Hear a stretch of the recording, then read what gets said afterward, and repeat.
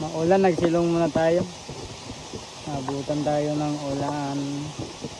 Silong muna tayo dito sa ilalim ng puno. Ayan guys, oh. Nasa ilalim tayo ng mga puno.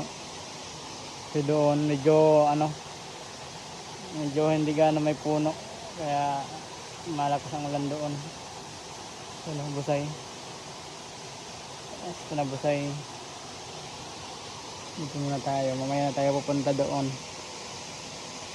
Pag medyo humina na yung ulan.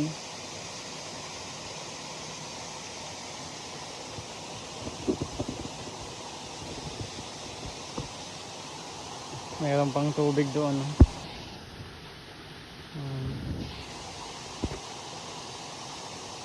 Dito maganda maligo pag pag aga o pag medyo mainit. Malamig kasi ang lugar dito, malamig. Malamig dito. Pag ganitong panahon, malamig. Hindi ka tatagal diyan sa ilog. Kaya sobrang lamig yung ginawin ka.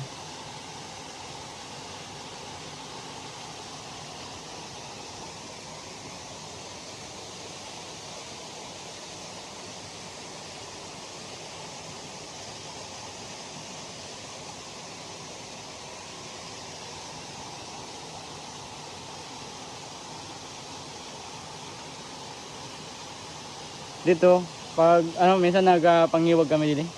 Damon mga orang dahon, damon mga pasayan sa ilog. Pasayan tsaka mga malaking kasag. Malaking kasag, parang alimango. Tawag dito sa amin kalampayan yung yung kasag sa ilog. Yung alimango sa ilog. Kalampayan. Kalampayan marami diyan. Medyo umulan pa. Mamaya na tayo pupunta doon. Yun yung busay pa lang. Medyo mataas yan, siguro mga 12 feet. Mga 12 feet ang taas niya. Tapos doon sa taas meron din mga waterfalls. Kaso nga lang medyo kalat yung tubig.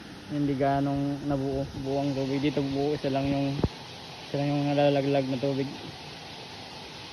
Isa lang yung naglaga ng tubig. Sa taas, mga 4 siguro. Hati-hati na yung tubig.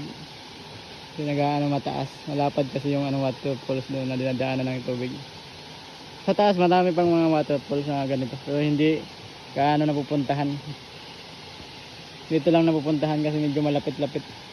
Sa taas, medyo malayo na. May mga matataas din ng mga waterfalls. Tsaka malalalim yung nalalaglagan na tubig.